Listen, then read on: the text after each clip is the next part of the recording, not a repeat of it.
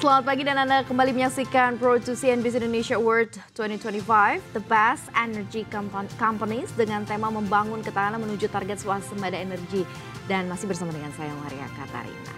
Dan kini kita akan berbincang bersama dengan CEO Sun Energy, Bapak Immanuel Jefferson Quasar, dan juga Direktur PT Kencana Energi Lestari Tbk, Bapak Giat Wijaya. Selamat pagi Pak Jeff, Pak Giat, apa kabar? Baik. Pagi Bu Maria. Baik, sehat Pak? Sehat. Congratulations for the award. Selamat atas penghargaan yang didapatkan untuk Sun Energy dan juga Kencana Energy juga ya. Kita mau membahas lebih dalam, kita ingin melihat perspektif dari para perusahaan begitu ya, memandang tema besar kita gitu ya, menuju swasembada energi Indonesia. Saya mungkin mau ke Pak Jeff dulu nih ya. Kita tahu bahwa Pak Presiden Prabowo ini menargetkan untuk mencapai swasembada energi di masa pemerintahannya.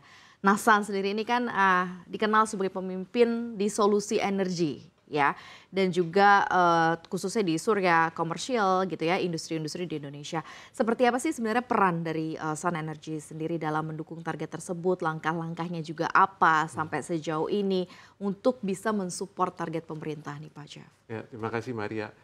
Jadi sebagai Sun Energy sebagai developer tentu salah satu tujuan kita adalah bagaimana menciptakan demand untuk energi terbarukan dari target customer kita yaitu komersial dan industrial. Jadi di tahap awal kita menargetkan industri-industri yang memang membutuhkan listrik banyak seperti manufaktur otomotif, FMCG dan energi ya yang membutuhkan energi banyak. Langkah pertama tentu kita memberikan edukasi.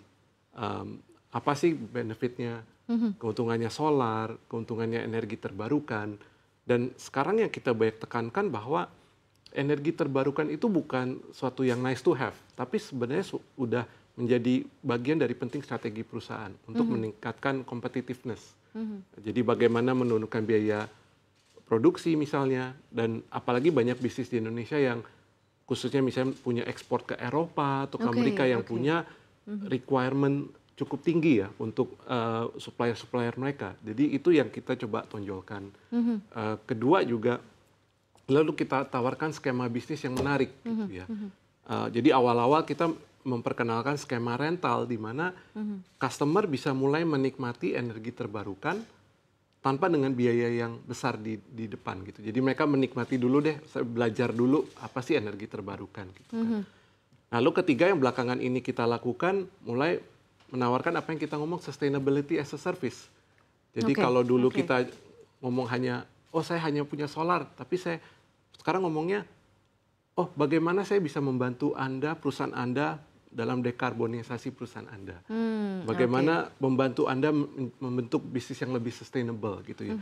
Nah diskusinya jadi lebih luas tuh, bisa ngomongin battery, bisa ngomongin electric vehicle yang mulai kita eksplorasi saat ini juga. Jadi mulai dari perpindahan cara kita memperkenalkan diri juga, harapannya meningkatkan demand untuk energi terbarukan tersebut sih. Jadi ujung-ujungnya mendukung program pemerintah juga. Baik, kalau dari Pak Giat sendiri Anda melihatnya seperti apa nih Pak? Kalau dilihat dari pencapaian swasembada energi dan bagaimana point of view-nya dari teman-teman pelaku industri khususnya di renewables energy ya. Kencana sendiri melihatnya seperti apa dalam mendukung target tersebut? Karena kita lihat bahwa secara ekosistem ini kan mungkin ini baru disebutnya lepas landas ya, belum full ekosistemnya lengkap gitu ya. Masih banyak yang diproses di sana sini. Tapi sejauh ini so far seperti apa kontribusi perusahaan Pak? Ya, kalau dalam Kencana Energi, kita melihat bahwa kita bisa berperan dengan satu, meningkatkan kapasitas terpasang kita yang andal. Saat ini kita sudah memiliki hampir 70 megawatt yang sudah beroperasi dan satu unit juga masih dalam proses konstruksi. Ya. Jadi saat ini kita memiliki Bakat 18 megawatt, Bengkulu 21 megawatt, kemudian Odihulu 10 megawatt dan Toraja 10 megawatt. Dan satu lagi Salonoring dalam konstruksi. Dan selain ini kita juga memiliki pipeline project sebesar 310 megawatt.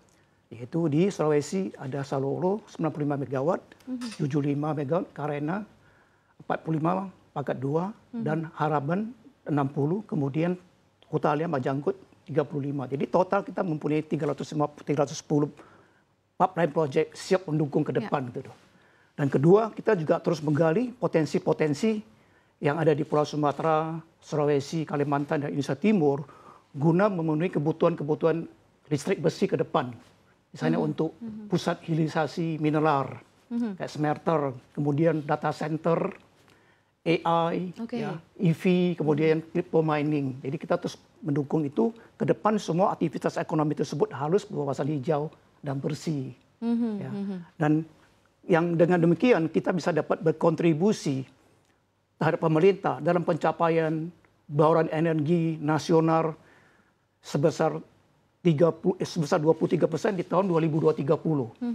Kemudian juga target pemerintah untuk pengurangan gas rumah kaca sebesar 31% dengan usaha sendiri dan 43% dengan bantuan internasional di tahun 2030 juga.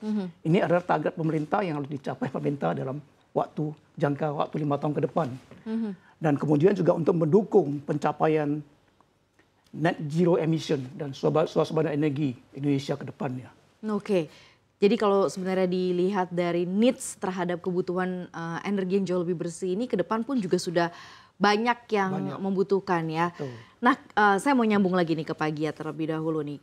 Pemerintah sendiri kan sudah meluncurkan RUPTL ya, RUPTL PLN 2025-2023 ya Pak. Ini yang menambah 30, atau targetnya 30,4 gigawatt energi terbarukan. Nah ini seperti apa kemudian Kencana Energi memposisikan diri dalam transisi energi ini ke depannya Pak? Strateginya juga seperti apa nih untuk proyek-proyek EBT diperluas nih Pak? Iya, jadi Kencana Energi memandang kebijakan tersebut adalah suatu momentum yang strategis untuk memperkuat posisi perseroan sebagai mitra utama pemerintah dalam mencapai net energy transition atau transisi energi ke depan ya. Jadi jangka menengah strategi kita ada satu memperkuat atau mempeningkatkan kapasitas portfolio kita. Jadi kita terus menggali potensi-potensi yang ada dengan menjaring kemitraan strategis. Jadi kita juga growth bisa dengan organic growth maupun unorganic growth. Dan kemudian kedua, kita terus menggali potensi-potensi IBT yang ada di seperti yang Sumatera, Kalimantan, dan Indonesia Timur. Dan juga kita juga meningkatkan, mendiversifikasi tidak hanya pada satu jenis teknologi tertentu, misalnya PRTA. Tapi kita juga bergerak untuk menggali potensi yang di semacam kayak pembangkit listrik tenaga surya, kemudian pembangkit listrik tenaga angin, kemudian juga baterai energy storage system, kemudian juga inovasi hybrid dan desalinasi. Jadi kita terus menggali ke depan untuk diversifikasi, untuk ketangguhan portfolio kita ke depannya gitu. Baik. Kita mau dengarkan juga nih dari versi Kencana Energi nih, karena juga tadi ya mungkin kita mention lagi soal PLN yang sudah meluncurkan RUPTL PLN 2025-2034 ini dengan target penambahan 30,4 gigawatt energi terbarukan dengan 17,1 gigawattnya ternyata berasal dari surya. Ya, ini seperti apa nih Pak Jeff? Anda melihat bagaimana Sun Energy kemudian dengan pilar-pilar usahanya gitu ya memposisikan diri untuk berkontribusi juga terhadap target tersebut nih Pak Jeff. Betul. Jadi 17 gigawatt yang sudah di-set itu hal yang sangat baik ya menciptakan market size yang cukup besar untuk di Indonesia gitu. Usaha kita untuk penetrasi atau meng-capture that market size dari sisi tipe customer, tadi saya bilang customer segmen industri. Tapi juga kemudian kita ingin mengeksplorasi bentuk kerjasama dengan kawasan industri misalnya. Karena dengan kawasan industri kita bisa lebih cepat adopsi PLTS-nya kan. Karena kita tidak perlu akuisisi satu persatu kliennya masing-masing. Kedua juga kita melihat segmen di off-grid seperti mining gitu ya. Di mana di daerah remote mungkin di Indonesia Timur terkadang masih butuh masukan listrik seperti PLTS gitu ya, dan bisa menggantikan diesel genset misalnya. Lalu dari sisi produk kita juga kemudian eksplorasi seperti ground mount, solar, floating solar, dan juga dengan battery. Dan yang terakhir yang saya mau bilang adalah electric vehicle gitu ya. Jadi bukan electric vehicle passenger nih, tapi untuk kebutuhan industrial operasional perusahaan. Karena apa? Ketika orang mulai mengadopsi electric vehicle, maka kan butuh semakin banyak listrik. Betul, Nah, betul. harapannya listrik yang dibutuhkan itu juga datang dari renewable, dari PLTS atau dari sumber terbarukan lainnya gitu ya. Jadi itu langkah-langkah kita pengen penetrasi pasar yang harapannya ujungnya menciptakan demand untuk energi terbarukan, sehingga 17 gigawatt itu menurut saya sih target yang sangat realistis ya, dan bahkan banyak hal yang dilakukan bisa untuk mempercepat pencapaian itu ya. Gitu. Kalau memang nanti kontribusinya, saya sambung lagi nih Pak Jeff ya, adalah semuanya clean, termasuk tadi ya ada vehicle electric yang taruhlah untuk renewables energy, akan cukup berpengaruh tidak nanti dengan level harga akhir? Artinya adalah affordability-nya masih bisa diserap atau seperti apa gitu dari perhitungan perusahaan, Pak? Ya, kalau energi terbarukan sebenarnya untuk customer itu udah sangat affordable ya. Jadi dari pengalaman kita dengan menggunakan PLTS itu customer bisa saving bisa 20-30% dari biaya listrik mereka gitu. Jadi itu udah proven dari portfolio kita di Indonesia yang saat ini udah mencapai 220 megawatt operating ya. Jadi udah banyak customer yang merasakan itu sih. Jadi dan kedepannya dengan kemajuan teknologi, biaya investasi capex seperti biaya panel, biaya baterai itu akan trennya semakin lemah, semakin turun, sehingga akan membuat energi terbarukan itu akan semakin affordability. Jadi saya rasa energi terbarukan itu is inevitable ya, inevitable pasti ya. Jadi sekarang cuma masalah seberapa cepat kita mau menuju ke sana. Gitu. Benar ya, makin lama memang makin akan menuju titik equilibrium ya, semakin affordable karena memang dunia semuanya mengarah ke sana ya. Pak Giat, kalau sekarang Kencana Energi sendiri kan sudah mengoperasikan sejumlah PLTA, kemudian juga PLTM ya di berbagai wilayah di Indonesia seperti Sumatera Utara, kemudian Bengkulu dan juga Toraja Utara, benar ya Pak ya? Iya. Ini tantangannya apa nih Pak? Ini kan proyek-proyek EBT di daerah karakternya geografisnya beragam ya di Indonesia. Kalau tadi Pak Sugeng bilang kalau di NTT itu sebenarnya setiap hari hujannya uang gitu ya, karena panasnya bagus banget di sana gitu ya. Benar-benar sebuah pemberian dari Yang Maha Kuasa begitu ya, namanya energi terbarukan atau renewables energy ini. Seperti apa Pak Giat? Ya benar Bu Maria. Jadi kalau kita sebagai pengembang EBT, khususnya di PRTA, kita melihat bahwa tantangan terbesar dalam mengembangkan PRTA atau proyek-proyek energi terbarukan, khususnya PRTA, adalah dengan karakter geografis yang beragam. Itu adalah kondisi alam yang kompleks dan dengan struktur pendukung. Jadi kita lihat setiap lokasi memiliki tantangan tersendiri.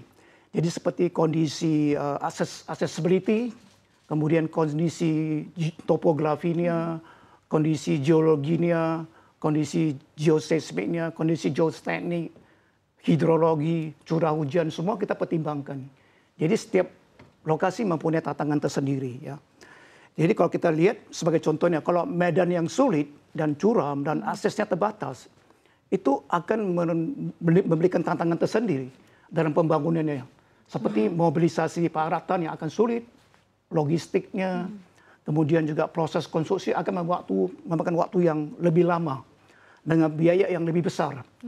Dan ini akan mempengaruhi faktor-faktor kelayakan teknis maupun kelayakan ekonomis suatu proyek gitu loh. Jadi itu suatu tantangan yang berat bagi suatu PRTA gitu loh. Dan tantangan lainnya adalah koordinasi dengan pemerintah daerah setempat dan masyarakat setempat. Jadi dalam hal ini sangat penting kita mendapat dukungan sosial untuk kelancaran proyek dan juga kelancaran pengurusan perizinan dan ketersediaan lahan serta dukungan sosial. Jadi ini juga merupakan satu faktor-faktor yang penting untuk keberhasilan pembangunan suatu proyek EBT. Begitu Bu Maria. Oke, baik. Nah, ini mungkin menyambung sedikit Pak Jeff apa yang disampaikan Pak Giat. Bagaimana kualitas dari per daerah atau masing-masing daerah yang ada di Indonesia ini untuk bisa mensupport hadirnya renewables energy di sana. Apakah dari teriknya kita dalam kondisi yang oke, kalaupun hydro misalnya ini tekanan air dan lain sebagainya. Seperti apa sih kalau dari San sendiri melihat begitu ya, khususnya panasnya Indonesia ini, apakah cukup memang garantinya cukup oke gitu ya, menjadi nanti mungkin menjadi salah satu bukan substitut ya, tapi yang utama gitu ya, listrik di Indonesia atau mungkin tenaga di Indonesia, renewable energy yang utama itu adalah bisa kita berpangku kepada panasnya matahari di Indonesia. Ini seperti apa Pak Jeff? Ya, jadi ya Indonesia untungnya kita diberkati di daerah Katulistiwa ya, jadi jumlah kalau kita lihat iradiasi di Indonesia itu sangat besar ya, dan memang ada perbedaan sedikit antara di Pulau Sumatera atau di Sulawesi gitu, tapi secara umum sangat bagus ya. Jadi ketika kita melihat secara ekonomi atau financial model, sebenarnya menarik gitu kita mau pasang 1 megawatt atau 50 megawatt di Sumatera atau Sulawesi, itu secara ekonomi sama-sama menguntungkan gitu ya. Tantangannya lebih kepada memang sumber daya manusianya untuk mengerjakan proyeknya mungkin berbeda-beda, atau juga dari sisi customer-nya, karena kalau kita melihat di Pulau Jawa kan tentu sebagian besar perindustrian ada di Pulau Jawa gitu, tapi selama ini kita melihat tantangan itu bisa kita adaptasi ya, karena setiap mau di Kalimantan, di Sulawesi gitu ya, itu kita bisa menemukan partner yang untuk membantu kita mengembangkan proyek-proyek tersebut sih. Itulah ya keistimewaan Indonesia ya, bahwa sebenarnya renewable energy itu bisa cukup subur gitu ya di Indonesia ya.